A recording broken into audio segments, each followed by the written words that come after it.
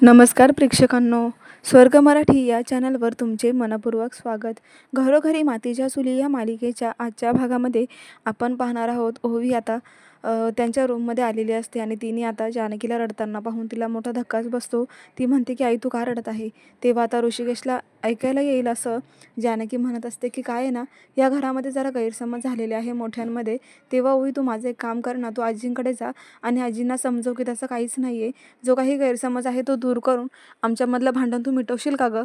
असं गोड करायला लावत असते ती ओवीच्या माध्यमाने. तर इकडे आता ऋषिकेश हे ऐकतो आणि ओवीला म्हणतो की ओवी तू कुठेही जायचं नाही आहेस. तू एक काम कर, आपले बाहेर कपडे सुकत टाकलेले आहे ते घेऊन ये, आपण हे घर सोडून चाललोय.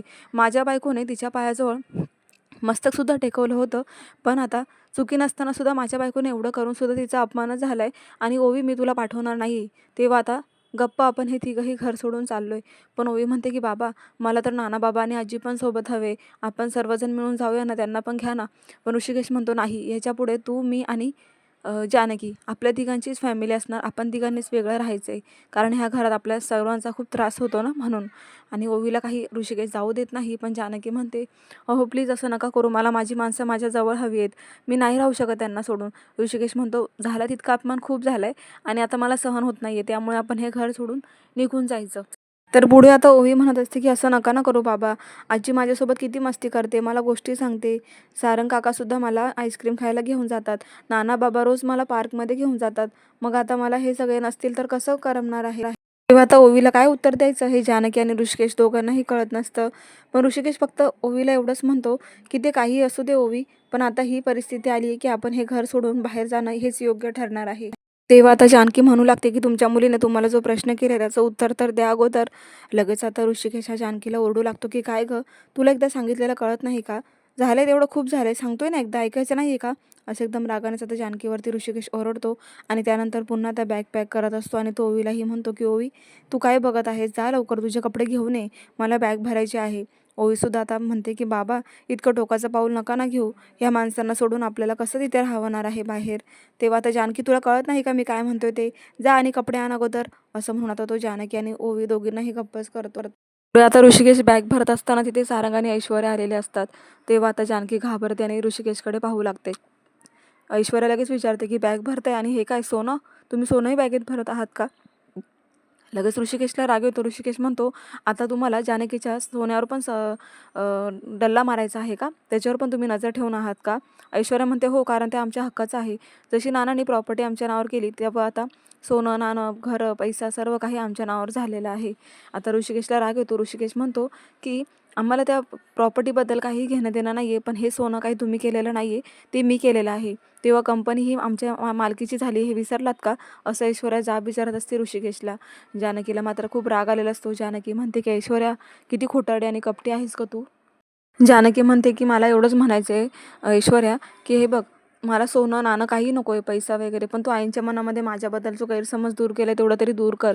हे घे. मला हातातल्या बांगड्या काढून, गळ्यातील सोन्याची पोत सगळं काही काढून ती ऐश्वर्याच्या हातावर ठेवते आणि म्हणते की मला प्रॉपर्टी नकोच आहे, पैसाही नको आहे, फक्त ज्या नात्यामध्ये ताटातूट झालेली आहे ते आम्हाला एकत्र कर. तेव्हा ऐश्वर्या म्हणते की वा, म्हणजे आईंना मी काही भरवले असं तुला वाटतंय का? सारंग बघ यांची भाषा, मी काय केले रे? आता ऐश्वर्या ही ऋषिकेशने बॅगेत ठेवलेलं सोनं ओढत असतानाच लगेच ऋषिकेश तिच्या हात झटकतो. मग आता हात झटकल्यामुळे इकडे ऐश्वर्याला खूप राग येतो. ती म्हणते की सारंग हे काय माझ्या हाताला लागलं, भाऊजी असं कसं करू शकतात? सारंग लगेच ऐश्वर्याची बाजू घेतो आणि म्हणतो की दादा अरे काय चाललंय तुझं, असं ढकलतं का कोणी वहिनीला, तुला कळतं का कसं वागतोय तू? तिच्यावर राग काढू नकोस घरच्यांचा. आता सारंगने अचानक अशी पलटी मारल्यामुळे इकडे जानकी आणि ऋषिकेशला खूप राग येत असतो. त्यांना आता धक्काच बसलेला असतो की चुकत असलेल्या बायकोला सुद्धा हा पाठीशी घालतोय, कठीण आहे. लगेच पुढे सारंग म्हणत असतो की ह्या वहिनीमुळे माझ्या बायकोला कानाखाली वाजवली आईने, वहिनीनेच तिच्या मनामध्ये ऐश्वर्याबद्दल उलटसुलट भरलं होतं. त्याचं काय, वहिनीला गप्प बसता येत नाही का? आईने किती राग केला ऐश्वर्याचा. आत्ता माझी डोळे उघडली वहिनी कशी आहे ते, ऐश्वर्याचं काहीही चुकत नाही. मग ऋषिकेश म्हणतो हिची बाजू घेतोय का तू ह्या बाईची कारस्थानी? सारंग म्हणत असतो की बिचारी आईने किती तिला त्रास दिला माहिती आहे ना? तेव्हा ऋषिकेश म्हणतो बिचारी, अरे विषारी म्हण विषारी, ही तर दंश मारणारी नागिन आहे नागिन. तेव्हा तर सारंगला खूप राग येतो. तर इकडे ऋषिकेश म्हणत असतो की तू बायकोची इतकी बाजू का घेत आहेस? अरे ही तर फक्त फूट पाडण्याचं काम करते आणि तू काय बायकोचा बैल झाला आहेस का? चिडते आणि म्हणते की बायकोचा बैल कोणाला म्हणताय आणि काय आमच्यावर एवढा रुबाब करायची गरज नाही तुम्हाला भाऊजी. आत्तापर्यंत मान दिला होता पण मी ऐकून घेणार नाही.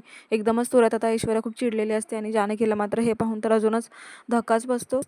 पुढे आता सारंग म्हणतो की तू काय म्हणते तिला की लिमिट क्रॉस करू नकोस. कसले लिमिट, काय बोलत आहे, जरा विचार करून बोल. लगेच आता सारंग ऋषिकेशच्या अंगावरच धावून येतो आणि म्हणतो की काय बोललास. अरे तुझ्या बायकोने तर 1,70,00,000चं नुकसान केलं होतं. त्याचं काय. तू तर उद्या घरही विकशील वहिनीचं ऐकून. हां, वहिनी कशी आहे हे तुला नाही कळते का. आणि मला ऐश्वर्याबद्दल बोलत आहे.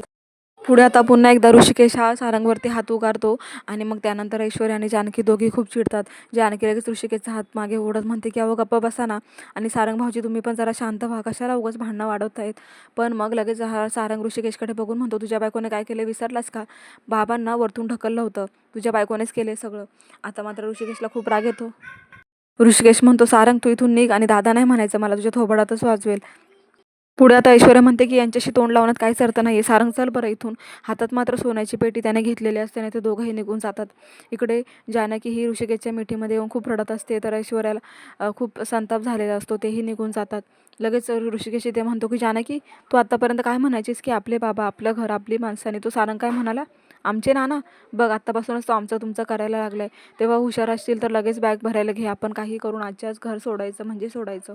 आता जानकीला मात्र खूप पश्चाताप होत असतो. ती म्हणते की मी काय ठरवलं होतं, काय स्वप्न पाहिली होती आणि माझ्या नशिबात काय आलं हे. तर पुढे आता सुमित्रा ह्या नानांजवळ बसलेल्या असतात आणि त्या नानांना असं म्हणतात की ह्या मुलीला मी मुलीसारखं मानलं होतं आणि किती जीव लावला होता, पण ही अशी आपल्या पाठीत खंजीर खुपसेल असं वाटलंच नव्हतं. पण नानांना आता इथे रिस्पॉन्स देता येत नाहीये तरी त्यांना खूप वाईट वाटत असतं की जानकीबद्दल हे असं काय म्हणत आहे. तर पुढे आता सुमित्रा म्हणत असतात की अहो ती अनाथ आहे म्हणून आम्ही तिला आईसारखं माया दिली, तुम्ही तर तिला वडिलांसारखं प्रेम दिलं आणि तिने तिने काय केलं, आपलं चांगलंच मांग भरून फिटलंय. मग आता खूप रागात बोलत असतं सुमित्रा. मात्र हे नाना खूप रागाने पाहत असतात कारण त्यांना सर्व माहीत असूनही ते गप्पच बसलेले असतात. पुढे आता सुमित्रा म्हणते की मी बिचारा ऐश्वर्यावर हिच्यामुळे तिच्या किती राग केला आणि तिला वाटेल ते बोललेली आहे. तेव्हा आता ऐश्वर्या चांगली आहे पण जानकीने मात्र आपल्याला धोका दिला असं सुमित्रा म्हणत असतात. तेव्हा नाना हे एकटक सुमित्राकडे पाहून म्हणत असतात मनातल्या मनात की अगं सुमित्रा काय बोलू मी तुला. अगं चुकीची तर ऐश्वर्या आहे आणि मी आतासुद्धा ह्या क्षणाला सुद्धा ऐश्वर्याचं भांडं फोडू शकतो. पण काय आहे ना, ओवीमुळे मी गप्प बसलोय आणि आज मी फक्त ओवीला नाही तर जानकी, ऋषिकेश आणि ओवी ह्या तिघांना सुद्धा वाचवले. कारण जर मी खरं सांगितलं असतं तर ऐश्वर्याने त्या रागाच्या भरात ओवीला काय, ओवीच्या आईबापाचा सुद्धा जीव घेतला असता. ती मुलगी आहेच तशी नालायक. पण मी लवकरच वेळ आल्यावर तुला सर्व काही सांगणार आहे असं ते मनातच म्हणत असतात. तेव्हा आता नानांचा इतका संताप झालेला असतो की ते आवाजच काढतात, जोरात ओरडून उठतात. सुमित्रा म्हणते अहो काय झालं तुम्हाला, काही होतंय का. तितक्यात त्यांच्या आवाजाने आजी तिथे येतात. आता आजी म्हणतात की काय होते तुम्हाला, बरं वाटत नाही का, खूप टेन्शन घेत आहे का. अहो आपल्याच माणसाने गद्दारी केली आपल्याशी, त्याला काय करणार. नाना तुमचंच बघा ना, तुम्ही आतापर्यंत इतकं जवळचं मानत होता त्यांना, त्यांना इतका जीव लावला, एवढं प्रेम दिला आणि त्यांनीच आपल्याला धोका दिला. म्हणजे जानकी आणि ऋषिकेश. असं असतं ना, नेहमी आपण चांगलीच पिकं उगवतील, चांगलीच बियाणं वापरतो पण पिकं ही काही चांगलीच येतील असं नसतं ना.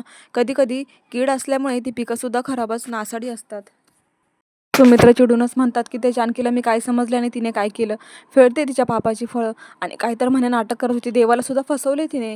खोटे व्रत करून नानांना बरं वाटावं असं देखावा करत तिने ते व्रतसुद्धा अर्ध्यातून सोडलंय. सोडणार नाही मी तिला. आता असं ह्या दोघींचं बोलणं ऐकून नाना अजूनच खचून जातात. खूप बिचारे काळजी करत असतात. तर पुढे आता जानकी ही देवाची प्रार्थना करत असते. जानकी रडतच देवाला म्हणत असते की देवा काय चुकलं माझं, मी काय स्वप्न पाहिली होती आणि माझ्या नशिबाला काय आले. देवा आता तू फक्त एवढंच कर की पुढे काही संकट आणू नको आणि आईंबद्दलचा जो काही गैरसमज होऊ दे, झालाय तो कमी करू आणि लवकरच असं चमत्कार होऊ दे की आई येतील आणि माझ्याशी गोड होतील. तितक्यात आता ती शहाणी ऐश्वर्या तिथेही आलेली असते. तर ऐश्वर्या म्हणते की अगं कसला चमत्कार, काय बोलत आहेस तू. चमत्कार तर मी करते, देव नाही. आणि आता कलियुग चालू आहे तेव्हा मी कलियुगातला कली आहे. चमत्कार मी करणार आहे, त्यापेक्षा देवाच्या पाया पडण्यापेक्षा माझंच का नाही पडत. आता जानकी तेही करायला तयार होते आणि म्हणते की मी खरंच तुझ्या पाया पडते, घरात जे काही चाललंय ते कमी कर लवकरात लवकर ऐश्वर्या. आईंना प्लीज सांग की मी चुकीची नाहीये. पण ऐश्वर्या म्हणते असं तर कधीच होणार नाही. जानकी म्हणते ऐश्वर्या जानकीला म्हणत असते की अगं तुझे इमोशन्स कमी पडत आहे. एवढं मोठं काम तू मला सांगतेस की आईंच्या मनातून राग हा तुझ्याबद्दलचा कमी करायचा, किती मोठं काम आहे हे. त्यापेक्षा तू हात नको जोडू, पाया पड.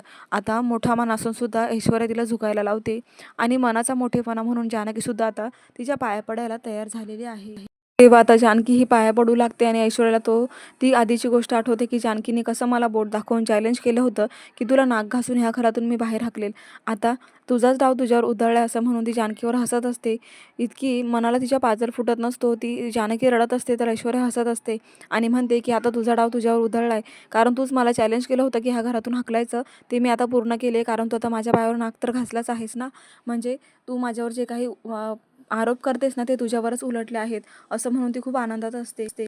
पण मग जानकी म्हणत असते की आता तुझ्या मनासारखं झालंय ना ऐश्वर्या, नाक घासले मी तुझ्या पायावर. आता तरी आईंच्या मनातला राग, माझ्याबद्दलचा गैरसमज दूर करायला प्लीज मला मदत कर, आणि हात जोडत असते. मात्र ऐश्वर्याला त्याचा काही फरक पडत नाही. ती म्हणते की असं कसं. तेव्हा आता जानकीला खूप अपेक्षा वाढत असते की आता खरोखर ऐश्वर्या माझं ऐकेल. पण ऐश्वर्या म्हणते की अगं नाही, मी तर तुला घरातून हकलणार आहे बाहेर. आईंचं मन नाही बदलणार आहे, आता कळालं ना. तेव्हा आता तू कुठल्या फुटपाथवर जाते ना हेच मला सांग. म्हणजे घरातील देवघर मी तुला देते, असं रिकाम्या हाती मी कसं पाठवणार तुला. आणि आता तुला काय वाटलं मी जिंकले जानकी, तू हरली आहेस, कळालं का आता. मग आता जानकी अजूनच रडत असतात. तेव्हा आता ती म्हणते ऋषिकेशला सुद्धा टाळा दे, म्हणजे तू देवाची पूजा करत राहा फुटपाथवर आणि ऋषिकेश टाळा वाजवत राहील. अरे यार, मी तर ओवीला विसरूनच गेले, ती क्यूट मुलगी सुद्धा तुमच्यासोबत असणार आहे ना. मग तुम्ही तिघंही भिका मागा, म्हणजे तुमच्या तिघांचे चेहरे पाहून भीक पण जरा जास्तच पडेल, असं हसूनच म्हणत असते. मग जानकी म्हणते ऐश्वर्या, तुझ्या मनासारखं झालं ना, आता मी पाया पडली, अजून काय करायला हवे, नाक घासलं, हात जोडले, आता तू माझं ऐकणार नाही आहेस का. जानकी म्हणते किती अहंकार आहे का तुझ्यामध्ये. अगं मोठे मोठे लोक सुद्धा देवासमोर भस्म होतात आणि तुझ्यामध्ये इतका अहंकार भरलेला आहे, असं चांगलं नाहीये. उद्या तुला खूप काही भोगावं लागेल. पण ऐश्वर्या म्हणते की मला त्याच्याशी काही घेणं देणं नाहीये, मला ह्या गोष्टींनी फरकच पडत नाही, ऐश्वर्या आहे मी नावाची. तरी जानकी म्हणू लागते की हे बघ, आता माझं फक्त एवढंच ठरलंय की मी ह्या घरातल्यांना तुझ्याबद्दल अजून भरवणार आणि तुझ्यापासून अजून तोडणार. आई तर वेग झाल्याच आहे, पण त्या म्हाताऱ्याला, त्याला सुद्धा मी आता वठणीवरच आणणार. बघ आता प्रत्येकाला बुद्धीने मी खेळणार डाव, आणि तुला कायमचंच इथून त्याचा संपर्कच तोडून टाकणार, तुझ्याशी असलेले संबंध तुटून जाणार, असा मी डाव करणार आहे. आता मात्र जानकीला खूप राग येतो, कारण ऐश्वर्या वाटेल ते म्हणायला लागते आणि धक्का मारत तिला म्हणते नाही घ्या घरातून. आता मात्र त्या म्हाताऱ्याला मारूनच टाकेल मी, त्याने जर माझं ऐकलं नाही तर, इथपर्यंत मजल जाऊन ऐश्वर्या काहीही बोलते. मग जानकीला हे सहन होत नाही. जानकी लगेच पुढे होते आणि एक सणकण ऐश्वर्याच्या कानाखाली ओढते, आणि नेमकंच आता तिथे सुमित्रा आलेले असतात. सुमित्रांना हे पाहून खूप धक्का बसतो. आता सुमित्रा म्हणतात की काय गं, आता तू परत माझ्या ऐश्वर्याच्या मागे लागली का, चालती हो या घरामधून. सुमित्रा लगेच जानकीचा हात पकडून तिला म्हणतात की बरोबर बोलत होते आजी, तुम्हाला ह्या घरामध्ये ठेवायलाच नाही पाहिजे, आणि मला आई नको म्हणूच, तुमच्यासाठी आई मेली आहे, चल चालती हो या घरामधून. आता ऋषिकेश सर्व पाहून त्याला खूप राग येतो आणि तोही रडू लागतो. तेव्हा आता आई, अगं तुला आता पण चुकीचीच वाटत आहे का जानकी, असं म्हटल्यावर आता आई कोणाला म्हणतोयस रे, मी आई नाही आहे, तुमची आई मेली, चला चला निघा घरातून. आता सुमित्रा दोघांनाही म्हणत असते की आजपासून तुमचा आणि माझा काहीही संबंध नाही. म्हणून आता ऋषिकेश म्हणतो झालं का तुझ्या मनासारखं जानकी, आताही तुला थांबायचंच आहे का. तेव्हा आता ऋषिकेश बॅग भरतो आणि लगेच ओवीला आणि जानकीचा हात पकडून तो आता घरातून बाहेर निघतो. आणि मग आता ऋषिकेश म्हणतो की आता तुमच्यासाठी ही सून आणि मुलगा नात सर्व मेले असं समज सुमित्रा आई, आणि असं म्हणून तोही आता घर सोडून निघून जातो. प्रेक्षकांनो, ऐश्वर्या जिंकली आहे, तिला खूप हसायला येत असतं, तर पाहायला विसरू नका. घरोघरी मातीच्या चुली अशाच अपडेटसाठी चॅनलला सबस्क्राईब करा, नोटिफिकेशनसाठी बेल आयकॉनवर क्लिक करा. भेटूया उद्याच्या भागामध्ये. धन्यवाद.